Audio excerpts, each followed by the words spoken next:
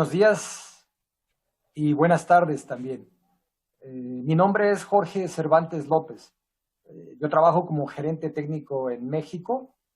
Les doy la más cordial bienvenida en representación de DSM a nuestro último webinario o webinar del año de la serie de cerdos.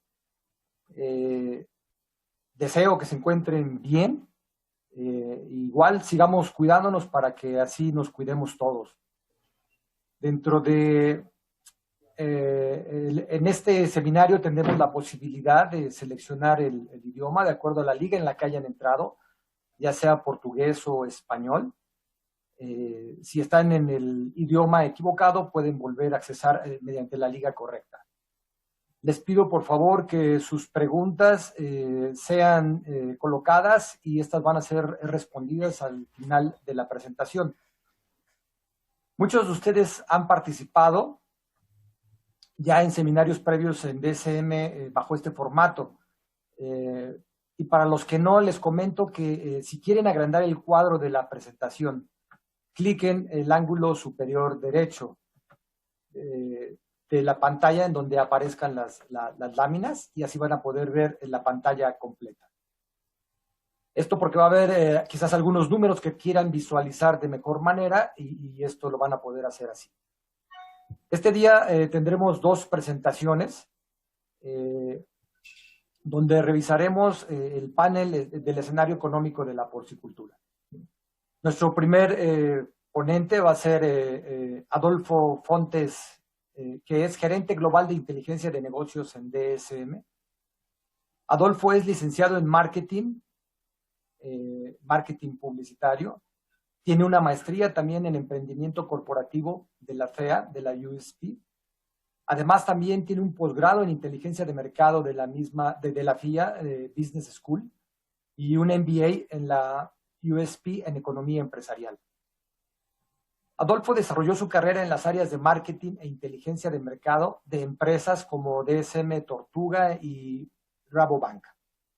En esta última empresa, actuando como investigador senior por más de 5 años con foco en agronegocios brasileños, por lo cual su experiencia en este tema es muy amplia y es por eso que pedimos a Adolfo nos acompañara en este seminario, porque necesitamos saber qué es lo que ha pasado este año, en dónde estamos, en dónde nos encontramos y qué expectativas tenemos para el próximo año.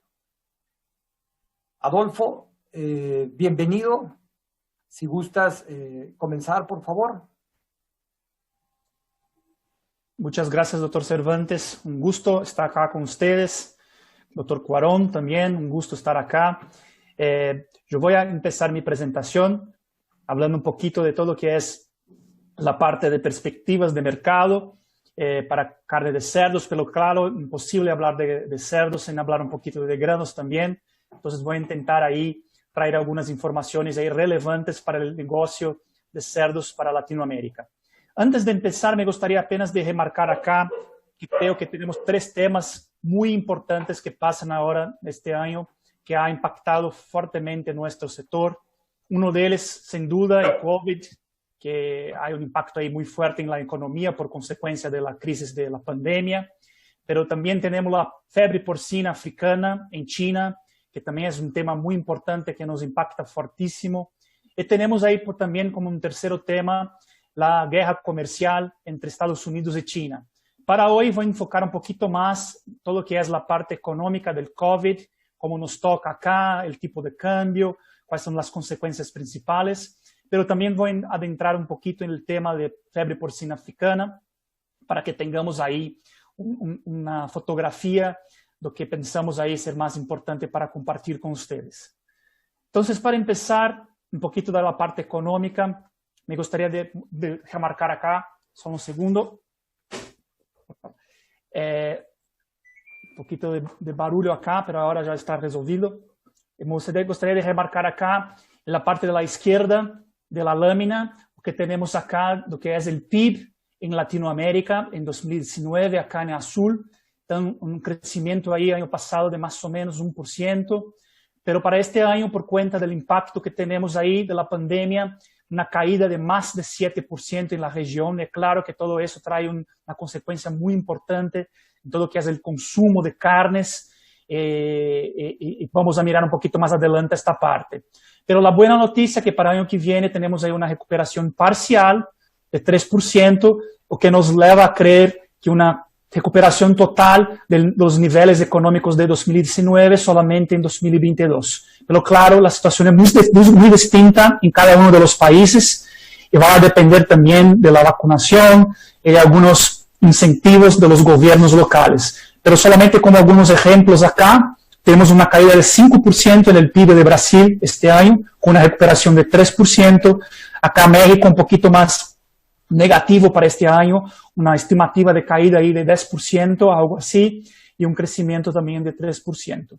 Pero además de lo que es la parte del impacto económico que se da mucho por cuenta de las medidas, claro, de contención de las actividades para que el virus sea controlado, también tenemos un impacto que es resultado del incremento de que tenemos de riesgos en el mercado internacional. Es claro que los inversionistas pasan ahí a tener un poco más de cautela para invertir principalmente en países en desenvolvimiento, ¿no? Entonces tenemos acá en la parte de la derecha de la pantalla las informaciones que nos dan ahí el tipo de cambio en cada uno de los países acá que traemos como ejemplo. Por ejemplo, en Brasil teníamos un tipo de cambio de 4 reales por dólar en el principio de año, y ahora tenemos ahí un real que está cerca de los 5,20. Entonces, una devaluación muy fuerte en el principio de la pandemia, y hasta ahora no hay una recuperación significativa de los niveles de cambio. Pero, por ejemplo, tenemos acá México, Colombia y Chile, y la situación, claro, también es de devaluación, el pico de la pandemia, pero sí una recuperación un poco más significativa después del pico de la pandemia. Entonces, claro, que cuando hablamos ahí del mercado de carnes, pero principalmente los costos de producción que son dados por las commodities, tenemos un impacto fortísimo del tipo de cambio en nuestros mercados. Vamos a mencionar esto un poquito más adelante. Acá un resumen que me gustaría de compartir, que nos muestra de manera un poco más detallada de qué manera los casos de COVID impactan en la economía. Entonces tenemos acá, por ejemplo, en la izquierda, el caso de China. En naranja estamos mirando el número de muertos por día en cada uno de estos países. Entonces, por ejemplo, en China, que está acá en naranja, en la derecha podemos mirar los números. Tenían en marzo cerca de 200 personas muertes por día. Entonces, el pico de la pandemia en China. Y tenemos en la línea azul todo que es la estimativa de las actividades económicas. Entonces, podemos mirar acá, en la parte acá de la izquierda, el número 100. Entonces, podemos mirar que al principio de año China tenía como 100% de actividad económica. En enero, ellos tienen el año nuevo, un poquito más después de nosotros acá. Entonces, la actividad económica empieza a ser más fuerte al final de enero, ¿no? Como podemos mirar acá en la gráfica. Pero a la medida que tenemos nuevos casos de COVID en naranja, la economía baja para casi 20% de su capacidad. Entonces, es una manera muy, muy interesante de mirar el impacto de la pandemia en la actividad económica. Pero a la medida que China se controló muy rápidamente los casos, la actividad económica también se recupera muy rápidamente, que es la línea azul. Y podemos mirar los datos actualizados hasta ayer. Podemos mirar que la actividad económica, claro, no está tan fuerte como antes de la pandemia, pero está muy estabilizada en niveles muy fuertes, a medida que no tenemos nuevos casos de manera significativa en China. La situación en Europa, un poquito distinta, podemos mirar acá más claramente que la recuperación tanto de los números de muertos como también de la economía no está tan rápida como en China. Y también podemos mirar el principio de la segunda ola muy claramente acá, después de septiembre, octubre en Europa, y qué impacto que tiene en la economía a medida que los países están cerrando algunas actividades. Y claro, es una consecuencia muy importante para todo lo que es el consumo de carnes en el mundo. Tenemos que tener en cuenta que nosotros acá, claro, tenemos nuestro mercado doméstico que es muy relevante, pero también como región somos exportadores muy fuertes para China y para Europa. Entonces, una manera muy importante es intentar entender lo que pasa en las economías de estos países. Y acá tenemos Brasil, acá un reflejo que no solamente muestra Brasil, pero un poco de lo que pasó acá en Latinoamérica, una primera ola muy larga, entonces no teníamos ahí un pico, y sí un plató de casos que se tardaron mucho más tiempo, y ahora empezamos a mirar en algunos países acá, como por ejemplo México, Colombia y Brasil, el inicio de lo que podría ser la segunda ola. Claro que no hay una confirmación, pero tenemos que nos mantener ahí muy atentos porque puede impactar la economía. Claro que no tan fuertemente como vimos en la primera ola, pero sí podemos tener algún impacto. La próxima diapositiva, ahí sí ya empiezo a hablar un poquito más del mercado de carne porcina, y ahí sí adentrando un poquito la parte de peste porcina africana en China, y después voy a intentar hacer un conjunto de conclusiones trayendo todos los asuntos y tópicos ahí juntos. Pero ahí tenemos, por ejemplo, en 2019, China produciendo como 42 millones de toneladas de cerdos. Lo tenemos acá en esta lámina. Pero en 2018, China produció cerca de 54 millones de toneladas. Entonces, cuando miramos acá la cifra de 2020, como 38 millones de toneladas, tenemos que remarcar que es una caída de casi 16 millones de toneladas si comparado con 2018. Y solamente para que tengamos una idea, Brasil, que es el más grande productor de carne de cerdos acá en Latinoamérica, produce 4 millones de toneladas. Entonces, solamente la caída que China tuvo en 2 años se da como 4 veces la producción del más grande productor de carne de cerdos en Latinoamérica. Entonces, la conclusión, no solamente para Latinoamérica, pero también mirando los otros países y sus consumos domésticos también, es que no hay carne de cerdos en el mundo en número suficiente para que pueda ahí ser enviada para China para compensar la caída. Entonces, ¿qué pasa? Claro, China empieza a importar todo lo que puede de carne de cerdos del mundo, lo que hay de surplus, pero también de otras carnes para compensar la caída de producción de proteína animal en el país. Entonces, ¿qué miramos de nosotros acá? Argentina, México, también Chile, otros países ahí que son exportadores también. Es un crecimiento no solamente de las exportaciones de carne de cerdos, pero también de carne de pollo y de carne vacuna, claro, además de los pescados, o que nos trae un poco de conforto una vez que el consumo doméstico se baja de una manera un poco más fuerte por cuenta de la economía. Pero vamos un poquito más adelante volver a este tópico. Acá un zoom un poquito más fuerte para los detalles acá de Latinoamérica. Entonces, lo que tenemos acá es un comparativo en esta tabla acá, lo que se pasa en términos de producción, exportación y también importación y consumo doméstico de carne de cerdos en Brasil, México, Colombia y Argentina. La buena noticia es que la producción se mantuvo alta este año de 2020, muy en línea con el crecimiento de las exportaciones, pero para el año que viene también tenemos ahí una estimativa de crecimiento de la producción de carne de cerdos para compensar no solamente el mercado internacional, que está muy comprador, con China, con su principal player, pero también una recuperación que se empieza en el consumo doméstico. Entonces podemos mirar acá, por ejemplo, en Brasil, para 2021, la estimativa después de una baja muy significativa en el consumo doméstico de carne de cerdos es un crecimiento de más de 3%. Para México, la estimativa de USDA, todos los datos que estamos manejando acá son datos públicos que todos pueden ahí accesarles vía websites en otras fuentes de información.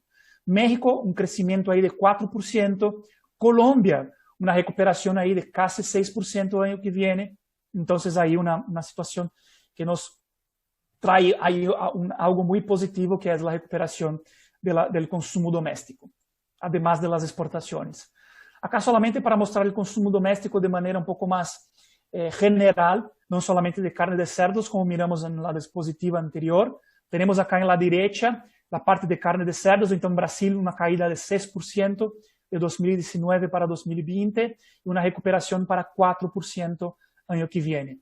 México, una caída de 2%, por ejemplo, para el año pasado, pero una recuperación año que viene. Pero también tenemos acá carne vacuna y carne de pollo. Podemos mirar que la carne vacuna también tuvo ahí un impacto muy negativo en todo lo que es el consumo acá en la región.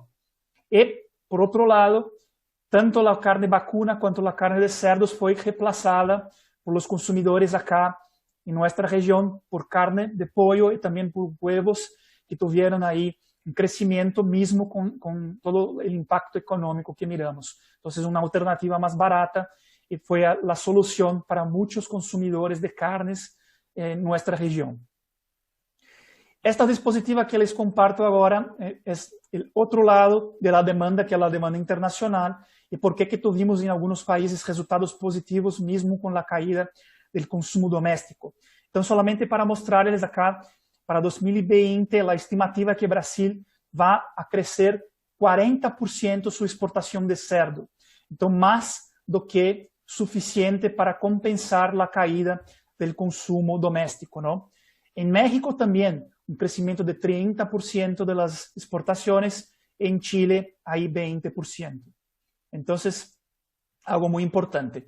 Acá um zoom en las exportaciones de Brasil para que tengamos una idea de la exposición que puede ser un riesgo para los próximos años que la exportación tiene hoy en términos de China. Entonces, solamente acá en la parte de la derecha para les mostrar la exportación total en azul de Brasil para todo el mundo de carne de cerdos, 840.000 toneladas de enero hasta octubre.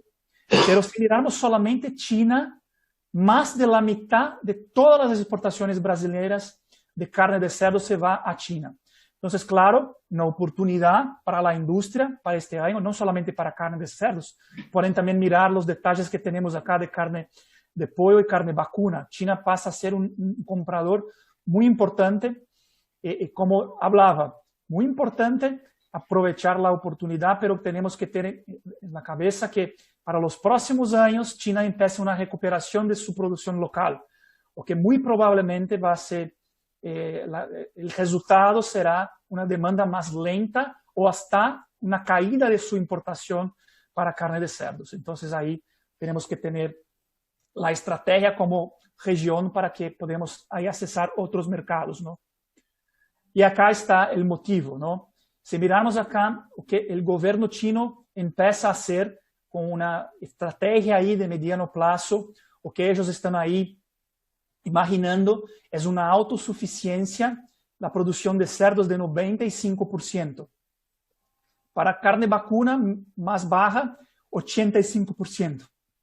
Y para carne de pollo, algo como 100%. Claro que China está como 100% acá de carne de pollo, pero ellos importan algunas partes y exportan otras, pero el resultado neto es 100%. Pero lo que llama atención acá es la parte de carne de cerdos que están ahí con una estrategia de tener 95% de autosuficiencia. ¿Cómo van a hacer eso? Están cambiando la estructura de la industria. Acá podemos mirar en la derecha cómo era la industria en 2014, ¿no? Tenían casi 30% de la producción en fincas con hasta 50 cabezas de cerdos.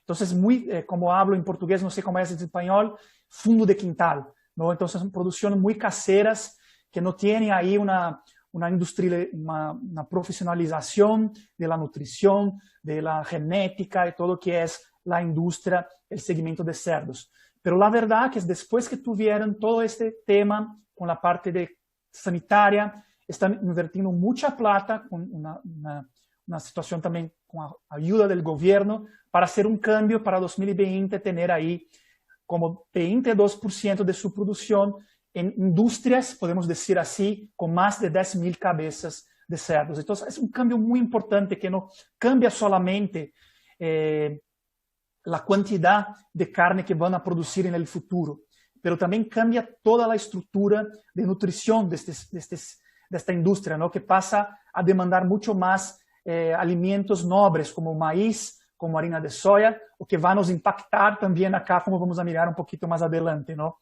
Entonces, algo muy importante. Acá, en esta dispositiva, tenemos acá, o que estábamos ahí mencionando en la dispositiva anterior, y acá tenemos acá la recuperación de la producción de cerdos en China, estimada, claro, para 2022, 2023 ya van a tener como 50 millones de toneladas. Entonces, la necesidad de importación, claro que va a bajar en la misma velocidad. Pero claro, va a haber oportunidades y creemos nosotros que Brasil, por ejemplo, y otras regiones, otros países acá de Latinoamérica van a ganar participación en estos mercados, que son mucho más enfocados en la Europa y Estados Unidos. Entonces, vamos a vender más, pero en un mercado que está más pequeño, ¿no? Y el principal impacto que me gustaría de remarcar acá, que en la parte de la derecha acá, es la necesidad de importación de granos desde China para los próximos años. Ya sabemos que China es un importador de soya, ¿no? Todos nosotros ya sabemos que ellos importan soya en cantidad muy alta. Para 2020-2021, en esta campaña, van a importar ahí cerca de 100 millones de toneladas. Algo muy, muy importante. Hasta 2025, la proyección es que van a importar 130 millones de toneladas, un crecimiento de 30% en 5 años. Pero lo que más asusta acá son las proyecciones, de claro que acá estoy hablando de una proyección específica de un estudio de Itaú, pero tenemos otras proyecciones de otras instituciones que también están nos dando la misma tendencia, un crecimiento fuerte de importación de maíz desde China.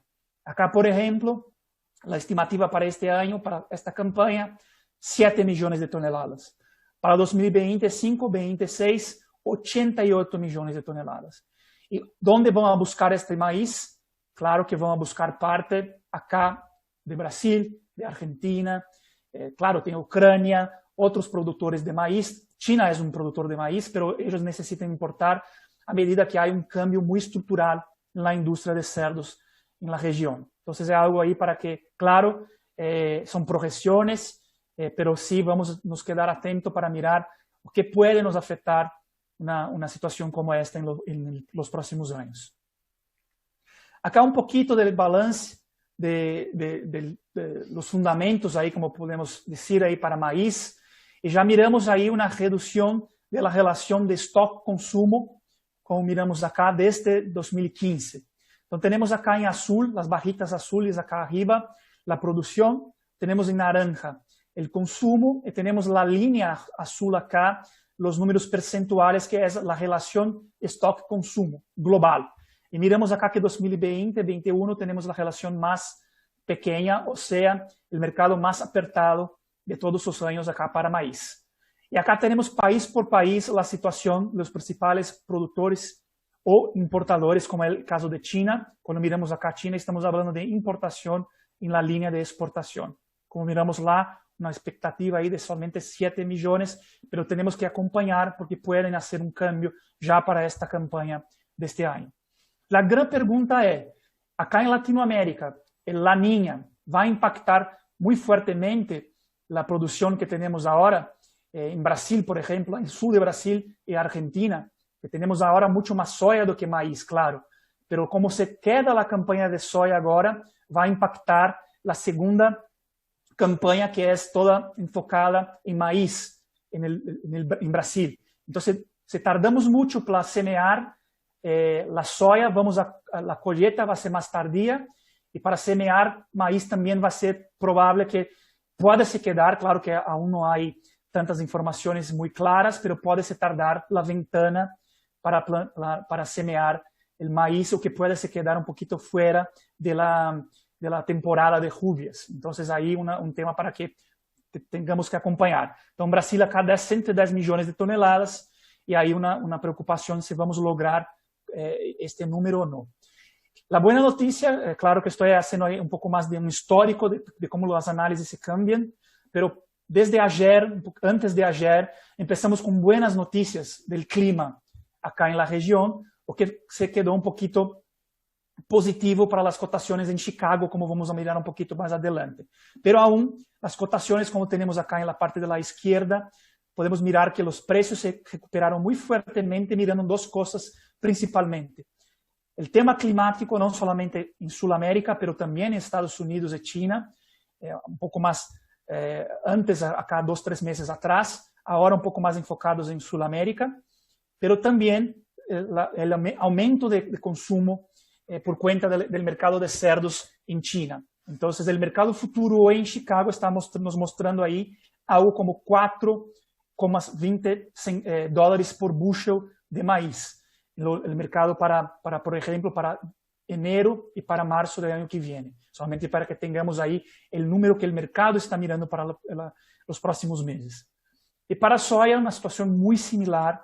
Creo que acá lo que cambia es un poco más la situación de Argentina también, porque Argentina tiene un tipo de cambio muy impactado por la crisis, no solamente de COVID, pero principalmente para la parte económica y fiscal.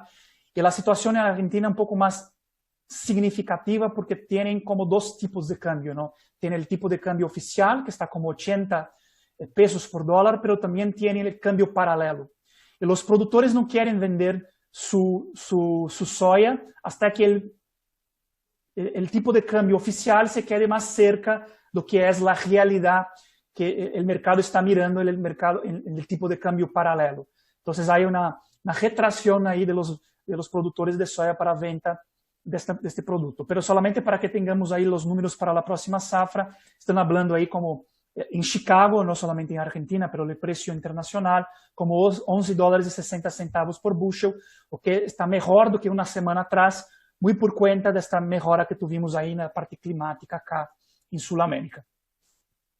Un poquito más adelante estoy ahí en la última parte de la presentación, pero solamente para compartir acá como estoy hablando, estoy mencionando aquí muchas fuentes públicas de información, ¿no? Entonces acá les comparto el último outlook que tuvimos ahí de Rabobank globalmente y que nos da ahí una actualización de los precios de commodities para los próximos quarters, ¿no?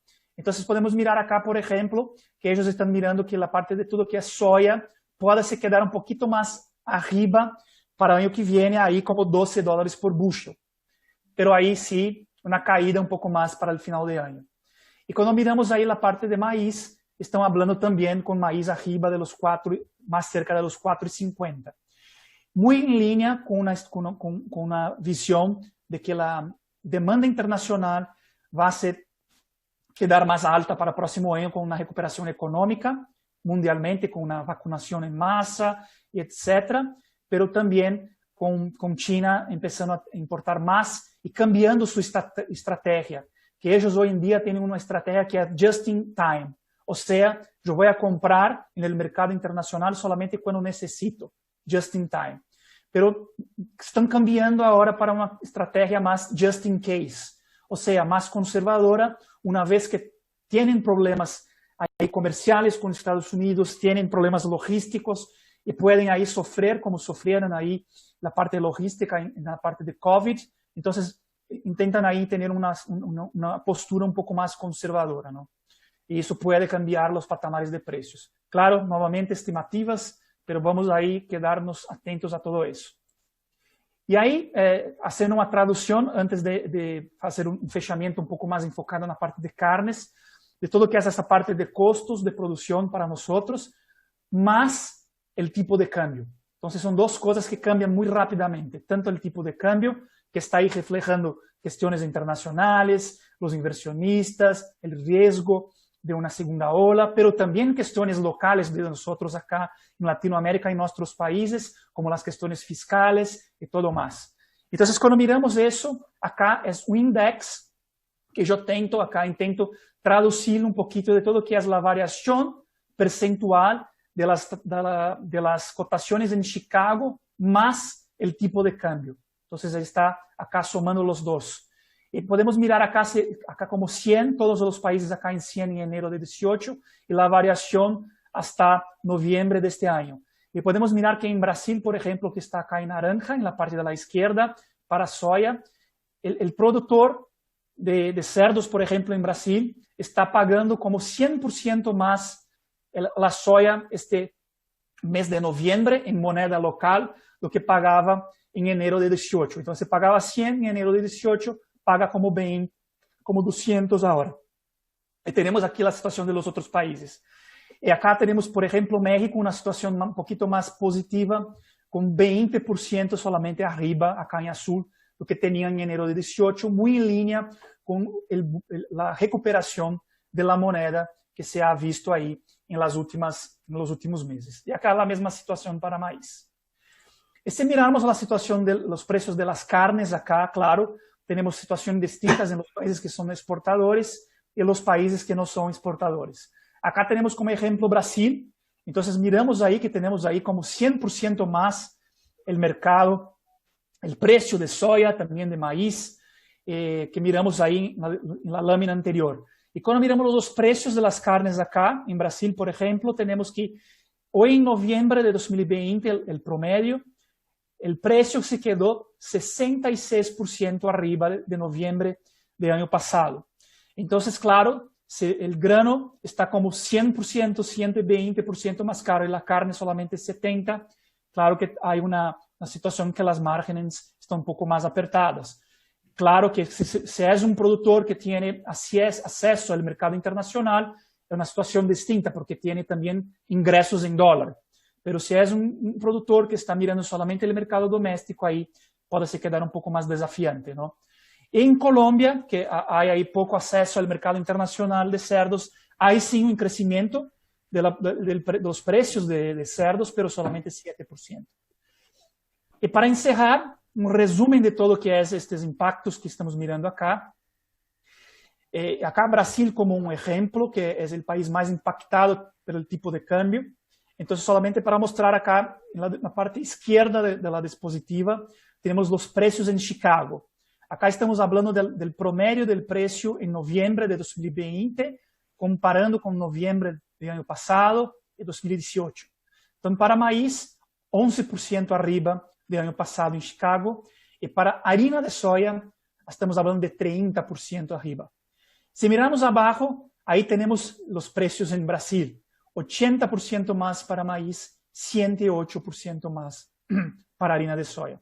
Y como miramos ahí, todos los países impactados, ¿no? Y acá en la parte de la derecha es un ejercicio que acostumbro hacer que nos da una idea de cómo está la situación económica de los productores. Lo que hago acá, hago una relación de compra de carne con granos, ¿no? Entonces, ¿cuántos kilos de maíz puedo comprar si tengo 1 kilo de cerdos, de carne de cerdos, o si tengo 1 kilo de carne de pollo? Entonces, acá en la izquierda, arriba tenemos la parte para maíz, ¿no? Entonces, acá en la izquierda, la parte de carne de cerdos, y en la derecha, carne de pollo. Para carne de cerdos, podemos mirar que en rojo tenemos 2020, y tenemos acá la línea punteada en negro, o que es el promedio de los últimos 5 años. Entonces, para cerdos, aún está cerca del promedio de los últimos 5 años, tanto para maíz, que está arriba, cuanto para soya, que está abajo. Pero cuando vamos para pollo, que está con una situación un poco más desafiante, porque no hay un mercado internacional tan comprador como... sí, claro, los volúmenes son mucho más grandes do que para cerdos, pero los precios están más bajos do que el año pasado. Entonces, China, claro, hay un crecimiento de las importaciones, pero hay desafíos, por ejemplo, en Arabia Saudita, que que están incrementando su producción interna. Hay desafíos en otros destinos. Entonces, la exportación, por ejemplo, desde Brasil está como flat, 1% arriba del año pasado. Y los precios están reflejando un mercado un poco más débil, ¿no? No es como la situación de carne de cerdos. Entonces, cuando miramos acá, la relación de compra está mucho más abajo en 2020 do que tenían en 2019 o el promedio de los últimos 5 años, tanto para maíz cuanto harina de soya. Solamente para encerrar ahora, y ahí ya paso para el doctor Cuarón, solamente para hacer ahí una conclusión, y ahí sí, claro, me quedo atento a las preguntas y voy a estar con ustedes hasta el final del webinar. Me gustaría decir que estoy un poco más optimista para el año que viene, por algunas razones.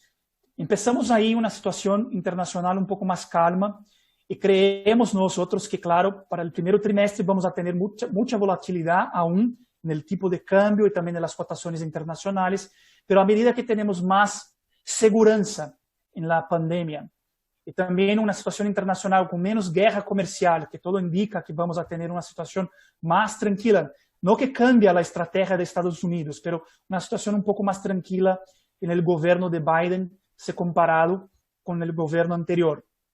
Entonces, todo eso para nosotros acá en la región puede ser traducida con una situación que nuestras monedas pasan a tener un poco más de fuerza, porque los inversionistas internacionales pueden tener un poco más de apetite para el riesgo, ¿no?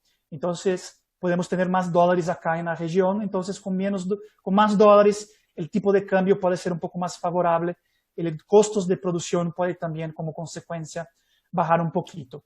Y en la parte de la producción, ahí podemos comentar un poquito que, claro, con la recuperación económica que está siendo estimada para el próximo año, vamos a tener un consumo doméstico muy importante, una recuperación, además de la exportación que tiende a seguir fuerte con la demanda de China y los otros países con la recuperación internacional. Entonces, muchas gracias. Paso ahí para el doctor Cervantes antes de doctor Cuarón. Creo que va a hacer una o dos palabras, comentarios, y ahí me quedo atento al final para cualquier pregunta. Muchas gracias, doctor Cervantes. Un gusto muy grande poder estar acá con ustedes. Adolfo, pues muchas gracias. En verdad, excelente presentación y un muy buen análisis del mercado de los granos, de la producción de cerdos, e incluso de la producción de las demás especies, ¿no? Porque en este mundo globalizado nada está independiente, todo tiene que ver entre sí y tenemos que estar al tanto de todo, ¿no? Lo que has tocado del COVID y de la peste porcina africana definitivamente nos impacta de manera importante. Gracias, Adolfo. Los invito a que vayan poniendo sus preguntas de una muy buena vez en el espacio indicado para ello, para que al final Adolfo nos acompañe también en la mesa que tendremos al final con el doctor Cuarón. Precisamente el siguiente ponente es el doctor José Antonio Cuarón Ibargüengoitia. El doctor José Antonio Cuarón es médico veterinario de la Facultad de Medicina Veterinaria y Zootecnia de la UNAM. Tiene una maestría y un doctorado en la Universidad de Illinois. Es investigador del Centro Nacional de Investigación Disciplinaria en Fisiología Animal en México, conocido como INIFAP. Es profesor adjunto también del Departamento de Animal Science de la Universidad de Illinois y también está integrado en el programa de maestría y doctorado en Ciencias de la Producción y de la Salud Animal de la Universidad Nacional Autónoma de México. El tema que nos va a presentar el doctor Cuarón habla de la fisiología gobierna la rentabilidad, no hay atajos. ¿Qué vamos a hacer ante estas circunstancias de volatilidad, ante este mercado cambiante? ¿Qué nos sugiere desde el punto de vista productivo? ¿Cómo podemos manejar esta situación? Y es por eso que con la experiencia que tiene el doctor en este sentido, lo hemos invitado a que nos comparta esa misma experiencia. Doctor, bienvenido y muchas gracias por estar con nosotros. Gracias, Jorge. ¿Y me escuchan bien? Sí, doctor. Bien. Esto es culpa de Jorge Cervantes. Hace unos meses ya, el martes 9 de junio, presenté el primer seminario virtual en mi historia, a pesar de mi mejor opinión. Y el título de ese seminario fue el que leen en la pantalla, la fisiología es la que gobierna la economía, los principios son los mismos. Para este seminario decidimos aprovechar las necesidades de mejor adaptación del lenguaje, pero siguió quedando un título bien complejo y difícil de entender. Déjenme decirles de qué se trata. De lo que se trata este asunto es de tener una muy clara idea de que nuestro mercado está muy gobernado por ideas y por sentimientos y por subjetividades. En América Latina, no sé, en el resto del mundo hay una gran tendencia a especular. Y por eso quise empezar dando definiciones del diccionario de la Real Academia de la Lengua de lo que quiere decir especular. En el sentido más amable es reflexionar en un plano exclusivamente teórico. Eso es muy peligroso cuando tengo que tomar decisiones de mercado, por ejemplo. Eso es muy peligroso cuando tengo que tomar decisiones en tecnología aplicada a la producción animal. En buen sentido, es hacer conjeturas sobre algo sin conocimiento suficiente. De nuevo, peligrosísimo en la producción animal moderna, que es tan dependiente de la mejor aplicación de la tecnología. Pero, ¿cómo puedo hacer conjeturas adivinando cuando no sé qué es lo que sucede?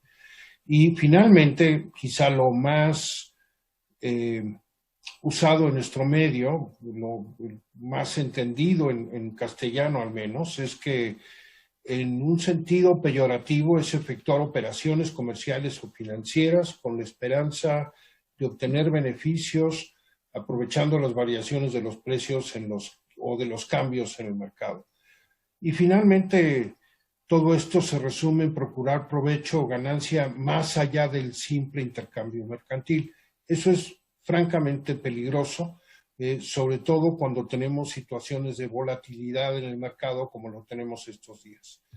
Me voy muy rápido, tengo demasiadas transparencias. Esto lo podrán consultar en lo que ya está grabado en YouTube. Pero lo que tienen ahí es la imagen, una gráfica del comportamiento de la pasta de soya, harina de soya en tonos naranja, y en verde de la pasta de canola, que se ha convertido en una realidad en el mercado nacional por su oferta y su disponibilidad. Y lo que vemos es que independientemente de los altos y bajos, que son muy claros semana por semana, mes por mes, como ustedes quieran verlo, es que la tendencia en el precio de la soya del mercado mexicano es aumentar. Y es muy clara, y la misma tendencia tiene el mercado de la pasta de canola. Lo muy curioso es que el diferencial entre el precio de la canola y el de soya eran muy distantes en un principio, en 2011, 2012, y se hacen más cercanos en 2010, 2020. Lo que sucede es que al paso de los años se ganó conocimiento y la forma de aprovechar la canola para sacar mayor ventaja y competir mejor en situaciones de un precio de pasta de soya muy alto. Ahora, lo que tienen acá, y Fontes fue muy claro ya, es la tasa de cambio del peso con el dólar desde 2013 hasta principios de 2020. Y se ve muy claro, ya Fontes lo mostró con mucha claridad, el impacto que tuvo la presencia de COVID. Y en el caso de México, complicado con la actuación de un gobierno nuevo, en el que puede haber dudas o no, pero ese no es el punto. El punto es que tanto la incertidumbre de COVID como la incertidumbre política crearon condiciones de especulación en el mercado que finalmente encarecieron el dólar.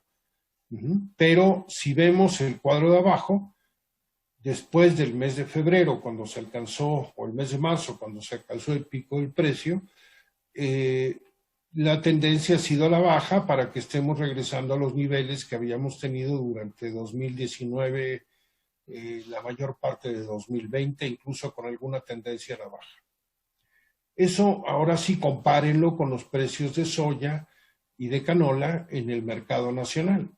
Evidentemente, quien tiene la culpa en la tendencia alcista que se ve en el caso de la pasta de soya y de canola es la tasa de cambio, porque esencialmente toda la soya que usamos en el país es de importación y toda la canola que usamos en el país es también de importación.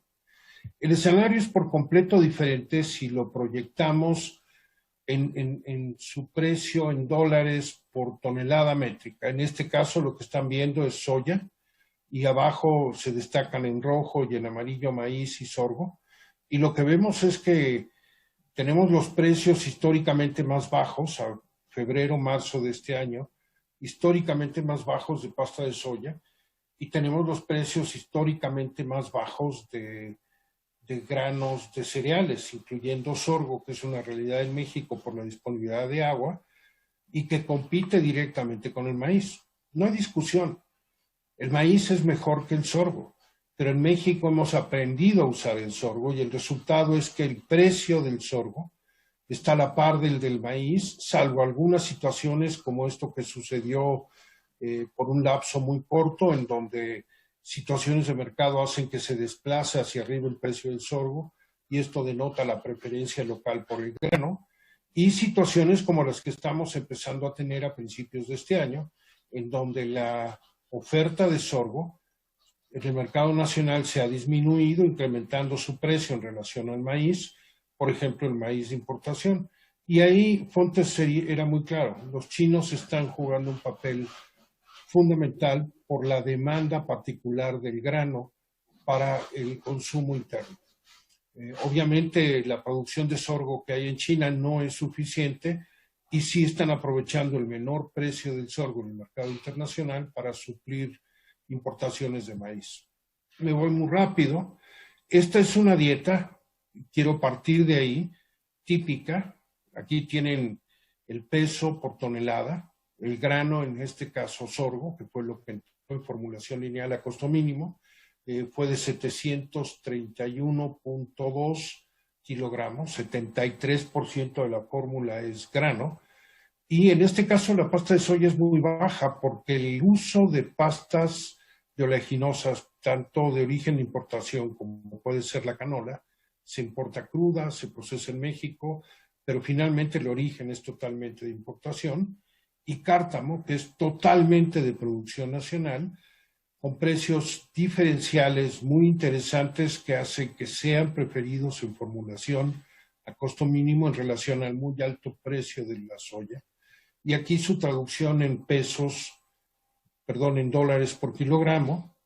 Y aquí tienen el aporte al costo de la dieta en dólares por kilogramo. ¿Por qué muestro esto? Porque si bien es cierto que podemos estar trabajando con los granos y jugando con los mercados de futuros y aprovechando los recursos de alimentación que pueden ser producidos localmente para impactar positivamente en el costo de las dietas, la verdad de las cosas es que no es tan cierto. Los granos, por ejemplo, tienen la tendencia a igualarse en precios.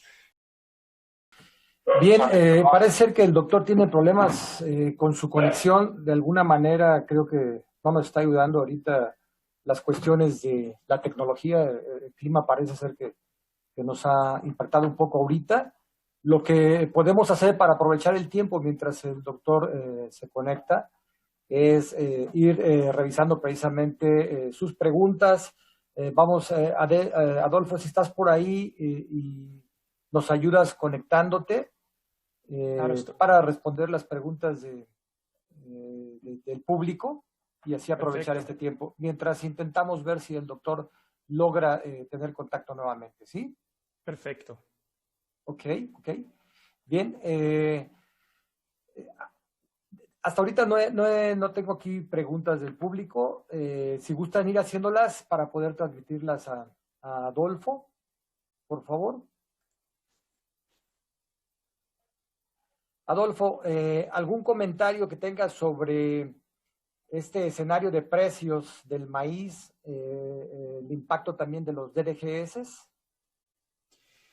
Sí, creo que como hablaba a poco, el tema, está, como hablaba el doctor Cuarón, creo que es un comentario muy importante que habló, es que mucho de lo que hemos visto ahí en la parte de la precificación está culpa del tipo de cambio, ¿no?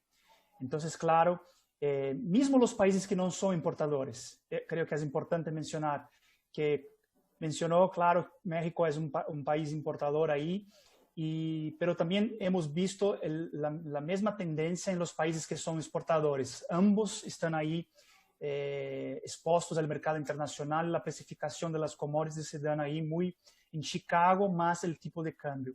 Entonces, como yo sé que algunos países, principalmente, si miramos ahí la parte de tipo de cambio, Brasil y Argentina, están con un tema muy importante en los costos de producción, pero también los otros países están con desafíos. Ahora, es un tema que, claro, hay algunas soluciones que creo que el doctor Cuarón va a mencionar un poquito más adelante, como el uso de enzimas y otras soluciones, algunos otros ingredientes, pero la buena noticia es que vamos la tendencia que vamos a tener volatilidad en el primer trimestre de año, primero Q, pero la tendencia que vamos a tener ahí un tipo de cambio un poco más tranquilo en la segunda mitad del año que viene. Entonces sí, vamos a buscar ahí soluciones para nos ayudar a salir de la crisis, primero de todo, porque vamos a pasar ahí por un periodo un poco más complicado en términos de costos, pero podemos tener ahí en mente que el peor nos parece ter pasado, porque tenemos ahí una situación hoy de vacunación un poco más cerca del periodo. Por otro lado, tenemos China ahí con una intención de comprar más. Pero también tenemos que mencionar que hay mucha capacidad de producción de maíz aún no establecida. Por ejemplo, en Brasil tenemos dos campañas. La primera campaña es muy enfocada con la parte de soya. El mismo productor de soya que hace soya en el verano es el productor que hace maíz en el invierno, lo que llamamos de segunda campaña en el año. Creemos que ahí vamos a tener ahí un espacio, aún tenemos un espacio grande de productores de soya que aún no hacen maíz en la segunda campaña. Y con precios más interesantes podemos mirar ahí una disponibilidad más para los productores invertirem también en maíz durante el invierno. Creo que el doctor Cuarón regresó ahí en la sala. Paso la palabra ahí para el doctor Cuarón. Vamos ahí seguir adelante con el webinar. Gracias. Gracias, Adolfo. Doctor Cuarón, ¿nos alcanza a escuchar ahora sí? Lo vemos en la pantalla. Mientras tanto, mientras el doctor logra tener el contacto total, pues nada más haciendo un resumen de todo lo que Adolfo nos platicó, ¿no? Finalmente decíamos que este año ha sido un verdadero año VUCA, ahora sí que muy volátil, muy difícil de saber qué es lo que va a pasar, ¿no? Creo que el ejemplo de lo que significa la palabra VUCA ahora sí lo tenemos presente. Bien decía Adolfo, toda esta situación que ha afectado muy importantemente el mercado viene desde la situación de China, ¿no? 2018 con los problemas de la fiebre porcina africana y toda esta situación, pues, con la producción que tiene China o que tenía China, que era de cercana o mayor al 50% de la producción mundial de cerdo, pues definitivamente una baja en su inventario tan fuerte alteró definitivamente los mercados de una manera muy importante. Como nos decía Adolfo, 50 millones de producción de China, que tan solo en Brasil se producen 4 millones, ¿no? Y bajarlo de 50 a 40 es un impacto muy fuerte, entonces difícilmente el mundo puede recuperarlo de manera pronta, ¿no? Esas son oportunidades que se nos presentan para todos y creo que ante esta situación, bueno, y luego viene el COVID a complicar un poco el problema, ¿no? Porque también el COVID afecta la situación de movilidad de todo, ¿no? De movilidad de granos y nuevamente las situaciones sociopolíticas también nos están afectando. Pero vayamos a ver si tenemos ya la oportunidad y el contacto con el doctor Cuarón. ¿Doctor Cuarón nos está escuchando? Yo los escucho, ¿me oyen? Muy claro, doctor. Sí. Bien. Entonces, ¿podemos pasar o continuar? Tuve que conseguir una señal pirata, entonces no, me voy a ir muy rápido para no entrar en problemas de que se pierda otra vez la señal. Gracias, doctor. Gracias y por favor discúlpenme. Bien, habíamos visto la composición de esta dieta y lo que estaba yo diciendo es que tanto los granos de cereales, sorgo, maíz, las pastas de oleaginosas, que son las que estamos usando preponderantemente hoy para proveer la proteína, es muy difícil que podamos afectar sus precios porque están gobernadas por cuestiones del ámbito mundial de mercado. La oferta-demanda en China va a alterar finalmente la oferta-demanda en México, como lo que pasa en Brasil va a afectar la ventaja que pueden tener a nivel local con bajo costo de materia prima y pueden tener altos costos de materia prima repentinamente dependiendo de las condiciones de mercado.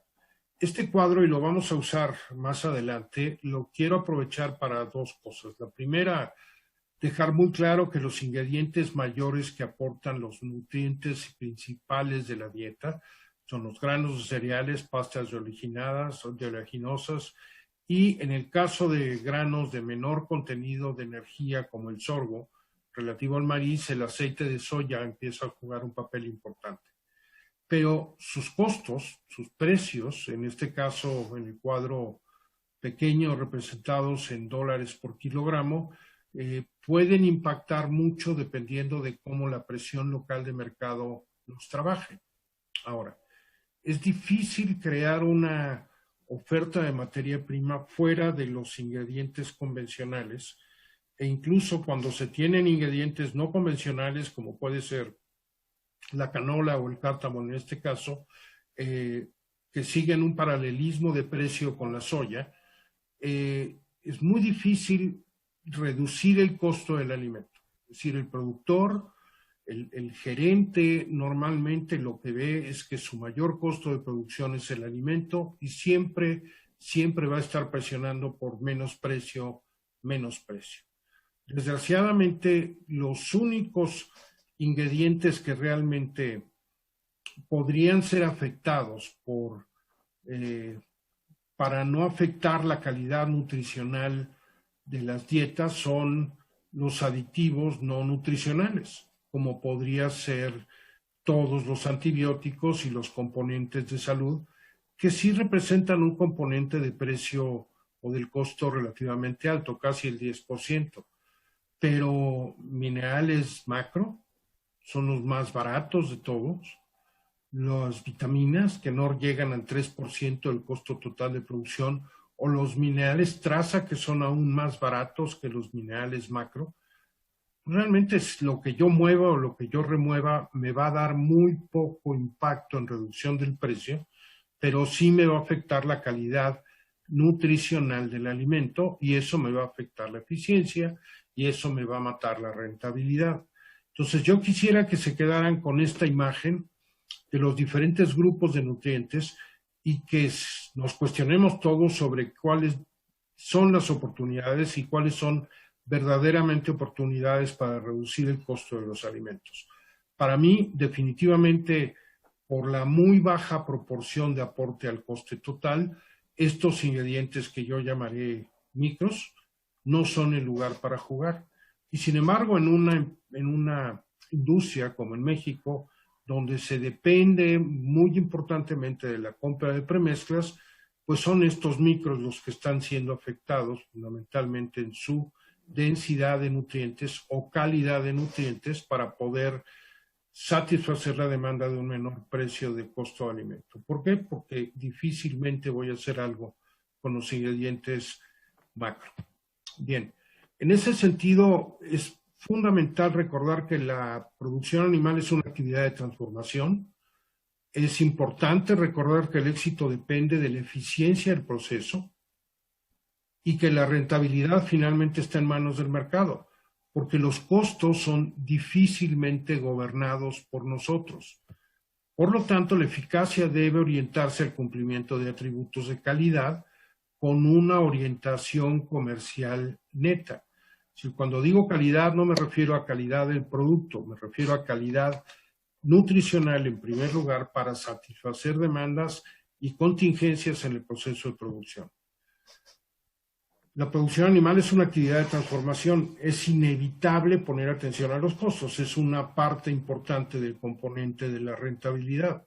Pero finalmente la rentabilidad es una función de la ganancia o utilidad y no del costo, pero sí de la inversión.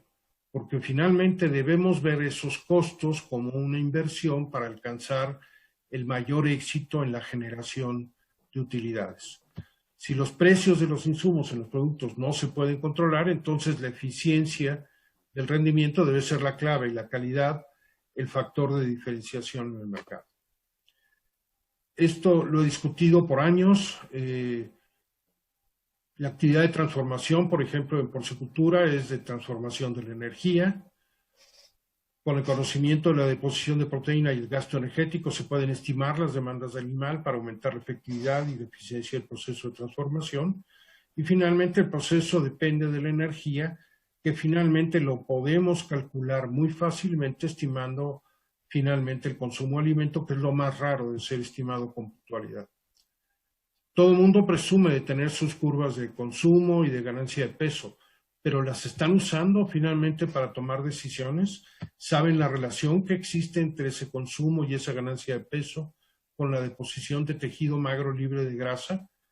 Saben cómo manipularlo para gobernar finalmente la eficiencia del proceso de alimentación. Aquí les doy una pista. Hoy en día la nutrición de cerdos es lo más objetivo que hay.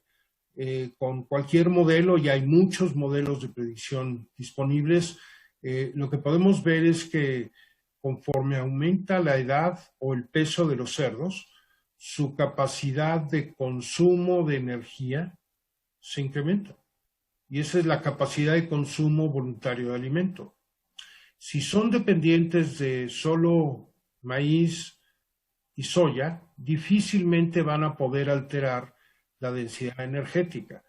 Pero una de las cosas que hemos hecho es sacar ventaja del aumento en la capacidad de consumo para usar menores densidades energéticas, si eso resulta en menor costo, y proteger al mismo tiempo una pérdida en la eficiencia a fin de proteger la ganancia de tejido magro libre de grasa con la mayor rentabilidad posible. Perdón, ahora, lo muy interesante, si se fijan en la parte inferior del cuadro, es que la ganancia de tejido magro libre de grasa es una función de la ganancia diaria de peso, no del Gross Domestic Product, de la ganancia diaria de peso, y esa ganancia de magro, en función de la ganancia diaria de peso, se reduce conforme el cerdo aumenta en peso. Produce más kilos, produce probablemente más dólares por carcasa, pero la eficiencia se reduce y sin embargo está todo el tiempo en alrededor de un 39.5%. La relación entre la deposición de proteína y el tejido magro libre de grasa sucede lo inverso y tiene una relación de nuevo cercana al 40%.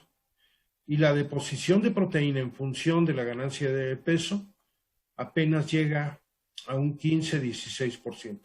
Esto es muy interesante porque con el simple hecho de medir puntualmente el consumo, yo puedo ver el consumo o la disponibilidad de energía, y si conozco puntualmente la ganancia de peso, puedo fácilmente aproximar lo que está sucediendo en términos de síntesis de proteína y entrar a lo más avanzado, a lo más progresivo en términos de precisión en el manejo de la alimentación.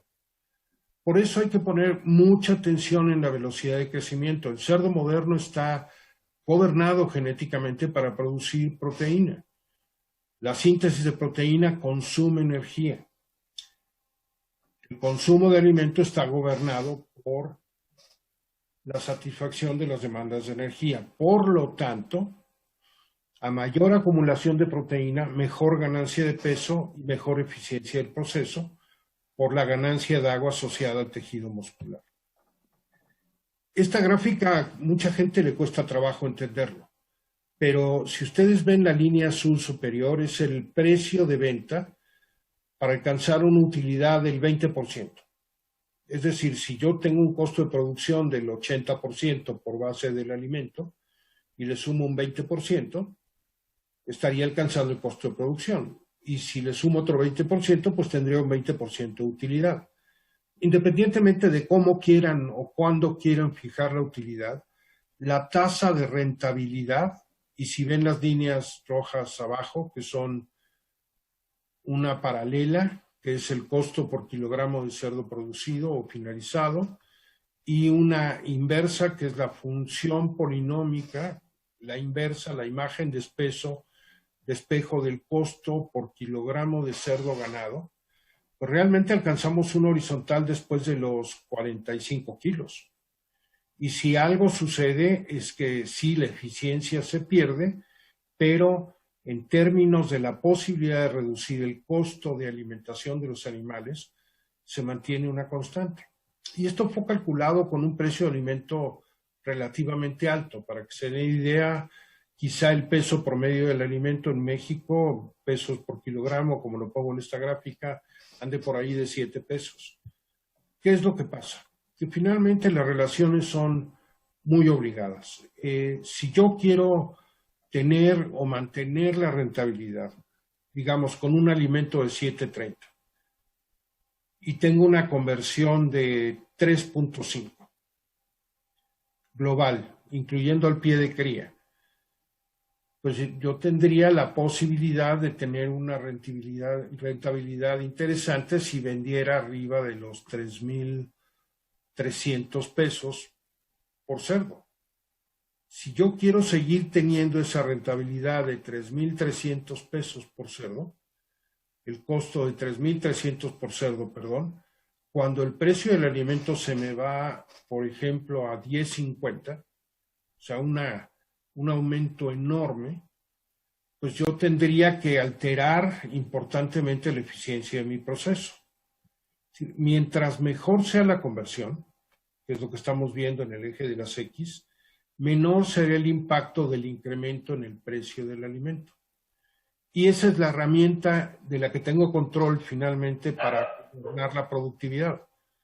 Esa herramienta finalmente es muy interesante en términos de que yo tengo en mi control, tengo en mis manos el proceso y lo puedo gobernar para mejorar la eficiencia. Ahora, alcanzar conversiones globales de 3, incluyendo el pie de cría, puede ser difícil. Lo acepto, pero hay quien las tiene hoy en día. Y hay quien tiene incluso conversiones de 2.7, 2.8. Entonces, no es utópico estar pensando en la programación de la producción para llegar a conversiones, incluyendo el pie de cría de 2.5, 2.6, que me darían conversiones en la línea de producción de destete a mercado de cerca de 2. Esto es una realidad y existen los recursos tecnológicos para ello. Evidentemente, si mi reacción es reducir costos, voy a estar retando nutrientes que me van a reducir la eficiencia de ese proceso. Y aquí lo tienen muy claro, es una transparencia basada en datos de 1995 y es desde 1995 que lo he estado usando en diferentes presentaciones. No podemos olvidarnos de que el requerimiento tiene un componente de respuesta cuadrático. Si yo parto de la deficiencia, voy a aumentar la eficiencia del proceso hasta llegar al requerimiento, que es la elipse de esta función cuadrática, que es el vértice de la elipse, que es la función cuadrática. Típicamente lo que hacemos en formulación es, por desconfianza, por protección, es formular ligeramente arriba del requerimiento. No está mal, pero la respuesta productiva no se va a mejorar si formulo arriba del requerimiento, hablando de aminoácidos y energía. Y sin embargo, yo puedo formular 10% abajo del requerimiento, despegarme muy poquito del punto de máxima respuesta y sí mejorar la rentabilidad. Y es que finalmente el costo por kilogramo de peso ganado es casi una imagen de espejo de la curva de respuesta en términos de eficiencia. Y eso es algo que se nos olvida. Es tan fácil y es tan obvia la presión por costos que se nos olvida finalmente calificarlo en términos de la eficiencia, que finalmente es la que gobierna la rentabilidad. Un ejemplo típico es NRC, por ejemplo, tiene la aproximación de usar la línea quebrada, en donde se cruzan, se quiebra la línea ascendente en la respuesta en eficiencia, en este caso al consumo de lisina, se cruza con la horizontal que da el plató o el punto de máxima respuesta. Y el resultado es que las recomendaciones, por ejemplo, NRC, están siendo muy sensatas en términos de eficiencia porque alcanzan cerca del 85%, al menos en este caso, de lo que sería el punto de máxima respuesta. No hay discusión. Yo puedo lograr un poco mejor respuesta si hago que el consumo de lisina digestible se vaya a 7.8 gramos por día. Pero ¿cómo voy a lograr eso si en lechones al destete el consumo es lo más difícil de lograr. Entonces, ¿qué caso tiene que esté supliendo yolicina al punto del requerimiento si finalmente, por la respuesta fisiológica particular de los lechones, lo más probable es que con un 85-90% del aporte de esa lisina logre prácticamente la misma respuesta? Doctor. Se les olvida que finalmente la ganancia de peso es una respuesta directa a la acumulación de nutrientes. La Doctor, composición, dígame. perdón, le daremos 5 minutos para dar oportunidad al final de preguntas. Se lo 5 agradezco, minutos, con mucho gusto, Jorge. Gracias, doctor. Mi culpa. La ganancia de peso es una ganancia de los componentes químicos que aportamos. Y en eso la proteína, la grasa, obviamente el agua y un poquito las cenizas son las que gobiernan la ganancia de peso. Con minerales traza la historia es diferente y con vitaminas la historia es por completo diferente. No contribuyen más que por funciones que no por simple acumulación. Y regresamos a la composición de la dieta.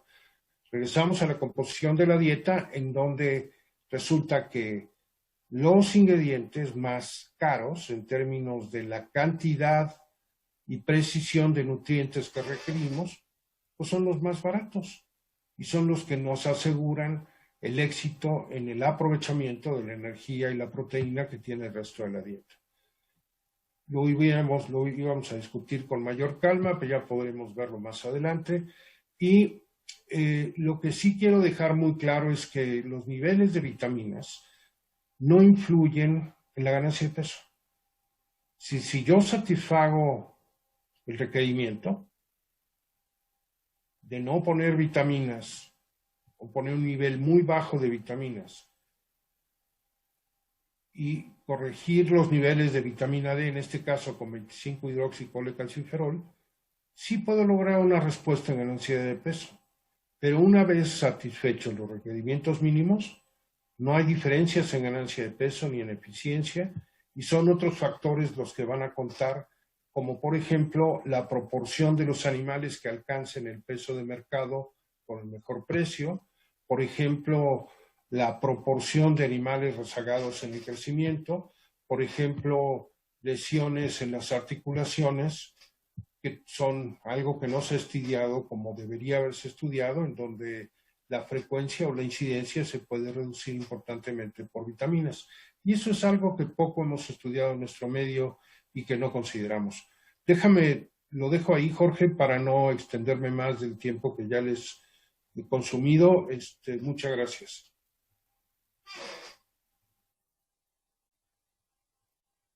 Jorge, no te oyes.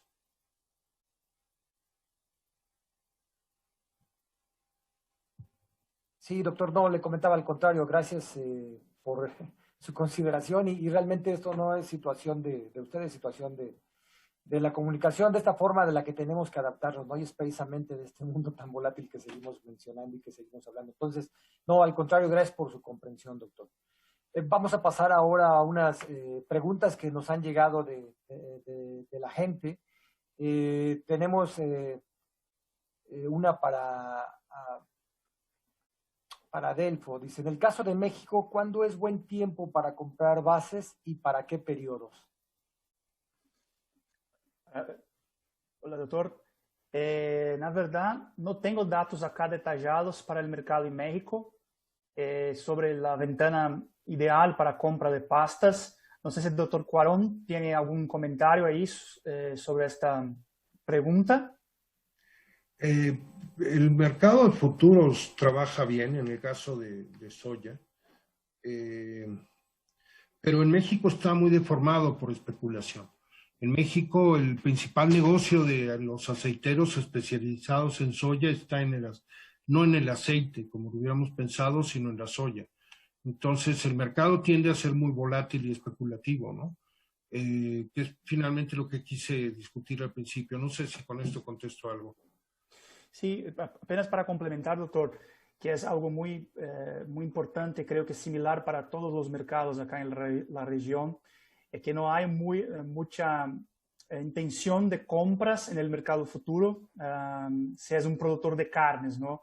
Entonces, lo que miro acá, por ejemplo, en Brasil, claro, los grandes productores hacen compras, ventas de compras, la verdad, de granos ahí en el mercado futuro en Chicago, pero los medianos y pequeños no se acostumbran ahí a hacer uso de esta herramienta que creo yo es algo muy importante para la política de riesgos de cada uno de los productores de carnes, ¿no? Entonces, no solamente se preocupar ahí cuándo comprar, pero también hacer uso de las herramientas del mercado futuro.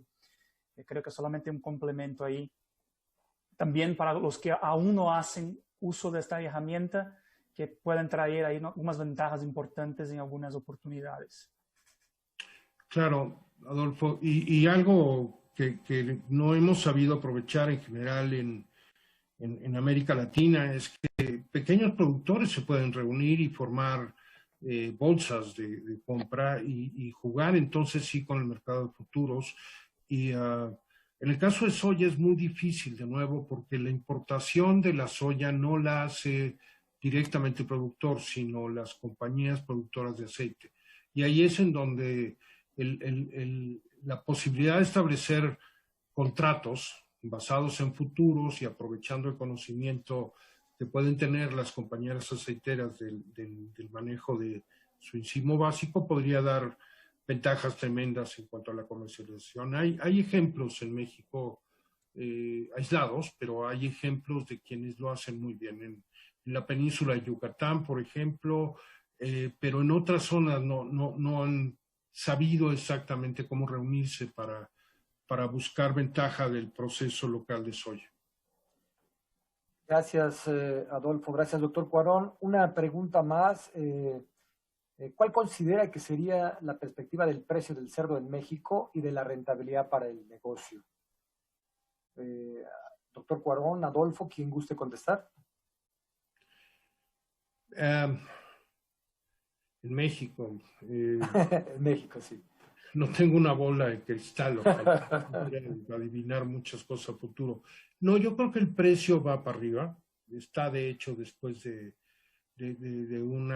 un paréntesis muy amplio que tuvimos por lo de COVID-19. Creo que el precio se ha venido recuperando paulatinamente. Y yo creo que el impacto de todo lo que ya nos dijo Adolfo Fontes en cuanto al mercado internacional y la demanda de carne de cerdo y el escenario chino, sí va a haber un impaso pronto porque el mercado asiático va a estar demandando menos producto, pero también es cierto que el grueso de nuestras exportaciones siguen siendo fundamentalmente a mercados de valor, el mercado coreano, el mercado japonés, que son mercados que demandan calidad en el proceso y en la producción, que hemos sabido trabajar muy bien. Y yo creo que en ese sentido, la proyección que hizo Fontes de un aumento en la exportación, en la tasa de exportación del cerdo mexicano es cierta y si es cierto, pues eso va a mantener la rentabilidad de las empresas exportadoras, aunque la mayoría del mercado tenga que aprender a apretarse el cinturón para satisfacer la demanda interna. Gracias, doctor. Es suficientemente complicado como para no decir muchas tonterías. Hay una pregunta, gracias, doctor. Hay una pregunta para Adolfo, directamente. Dice, ¿la recuperación en China en el sector porcino es muy adecuada o muy adelantada respecto a lo que se había proyectado? Desde tu perspectiva, ¿esto repercutirá en el precio global? Sí, na verdad, lo que ha pasado en China muy rápidamente es la recuperación del rebaño de madres, ¿no? Pero la verdad también es que la calidad genética de estas madres no es tan buena cuanto tenían en 2018 antes de la peste porcina, porque como tienen que recuperar muy rápidamente, han utilizado también calidad genética no tan buena. Entonces, la verdad que hay una recuperación, que el número de animales, de madres, se puede tener ahí el mismo patamar de 2018 ya año que viene, pero no con la misma calidad y la productividad. Entonces, creemos nosotros que es probable que solamente en 2022, 2023 vamos a tener una producción de carnes de cerdos en China, arriba de los 50 millones de toneladas nuevamente. Y sí, es posible, es esperado que vamos a tener un impacto en los precios internacionales, porque los precios internacionales se quedaron muy altos este año por cuenta de la demanda china, ¿no? Entonces, si tenemos una demanda china más despacia, la tendencia es que los precios bajen, como ya ha pasado en el mercado doméstico en China. Tenían como precios 100% más altos que el año pasado, hace como 2 meses atrás. Y ya empezaron a tener una reducción de los precios locales por cuenta de la recuperación de la producción, pero también de la oferta que viene de las importaciones. Claro que para el año que viene, un poquito más adelante, esperamos que este movimiento de baja gradual de los precios también se pase en los mercados internacionales. Gracias, Adolfo. Y aprovecho otra pregunta. ¿La pandemia COVID afectará la superficie cultivable en granos y oleaginosas? Creo que no. Creo que no. Si miramos acá los datos de los principales productores de maíz, por ejemplo, tenemos Estados Unidos, China, Brasil y Argentina. Los 4 países que estoy acá analizando, todos tienen ahí una proyección de crecimiento de producción o de área, pelo menos, puede tener algún efecto de productividad por cuenta de clima. Pero como hay demanda muy fuerte para granos, creo que la área empezará ahí un crecimiento significativo, mismo con la pandemia. Correcto. Gracias, Adolfo. Para el doctor Cuarón, ante esta situación de volatilidad o de incertidumbre, la tentación por reducir el costo del alimento, por lo que entendemos, afecta el proceso de producción. ¿Qué hacemos? ¿Cómo nos desenvolvemos en este sentido? ¿Mantenemos los parámetros de nutrición o de requerimiento de los animales para conservar la eficiencia de producción a pesar de que los costos de materias primas vayan a la alza? Bueno, es el mensaje que quería dar. Independientemente de costos, lo que hay que hacer es proteger la eficiencia por sobre todas las cosas, ¿no? Porque primero es la esencia del proceso y segundo porque, lo he discutido antes, si yo detengo el crecimiento de los cerdos puede ser que nunca lo recupere. Sí, yo creo que el punto es que independientemente del escenario de costos, si yo pierdo por una reducción del costo la eficiencia, puede ser que esa eficiencia me termine sacrificando utilidad e incluso convertir mi producción en algo negativo. Es algo que puede ser muy fácilmente y objetivamente analizado. Con gusto lo podemos discutir y hacer los ejemplos que sean necesarios. Muchas gracias, doctor. Pues quisiera pedirles a ambos un mensaje final a nuestro público, algo que quieran aportar para cerrar esta sesión. Adolfo. Claro.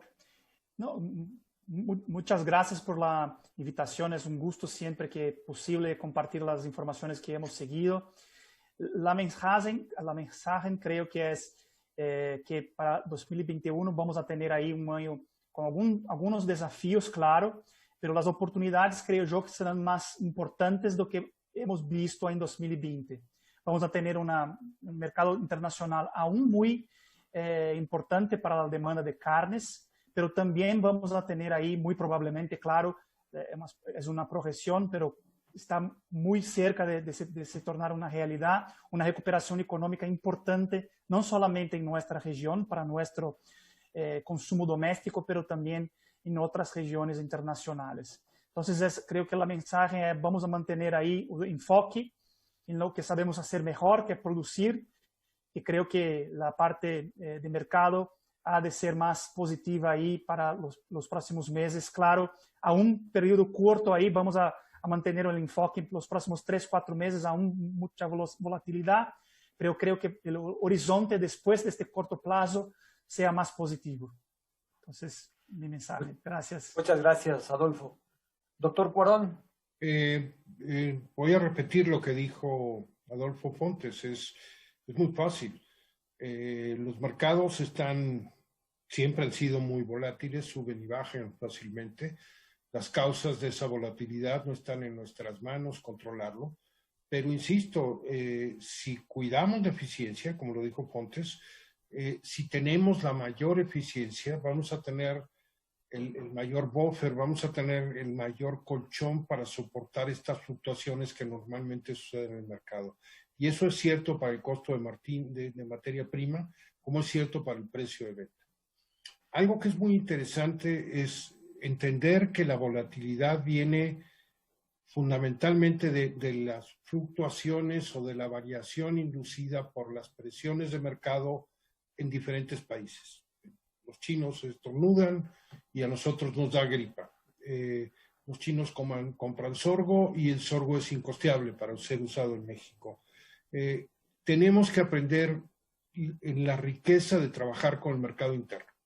México tiene en términos de porcicultura una gran oportunidad y es que recordemos que el 40% prácticamente del consumo nacional está siendo abastecido por productos de importación y por el otro lado tenemos recursos para alimentación de los animales que por comodidad no estamos usando ni hemos desarrollado la ventaja de producir con esos recursos locales. En resumen, México tiene un gran mercado interno. México ha sido tradicionalmente un gran protector, un gran proveedor para un mercado interno. Recordemos que esa sigue siendo la importancia de nuestro gran mercado y sean aquellos sitios en donde podemos producir con calidad que posicionemos nuestro producto en el mercado internacional para tener una balanza positiva. Gracias. Pues muchísimas gracias, doctor Cuarón, muchísimas gracias, Adolfo, la verdad, presentaciones muy interesantes y lo mejor de todo es que nos dejan muy optimistas. Creo que la perspectiva que se viene para el 2021 es buena, simple y sencillamente tenemos que seguir trabajando, tenemos que seguir entregando lo mejor de nosotros mismos para que la eficiencia del proceso se manifieste, ¿no? Y esa transformación de energía que nos comenta el doctor Cuarón sea de lo más rentable. Muchísimas gracias por acompañarnos en este seminario. Cuídense, por favor, y sean felices. Que tengan buena tarde. Ahora sí, ya buena tarde a todos. Gracias.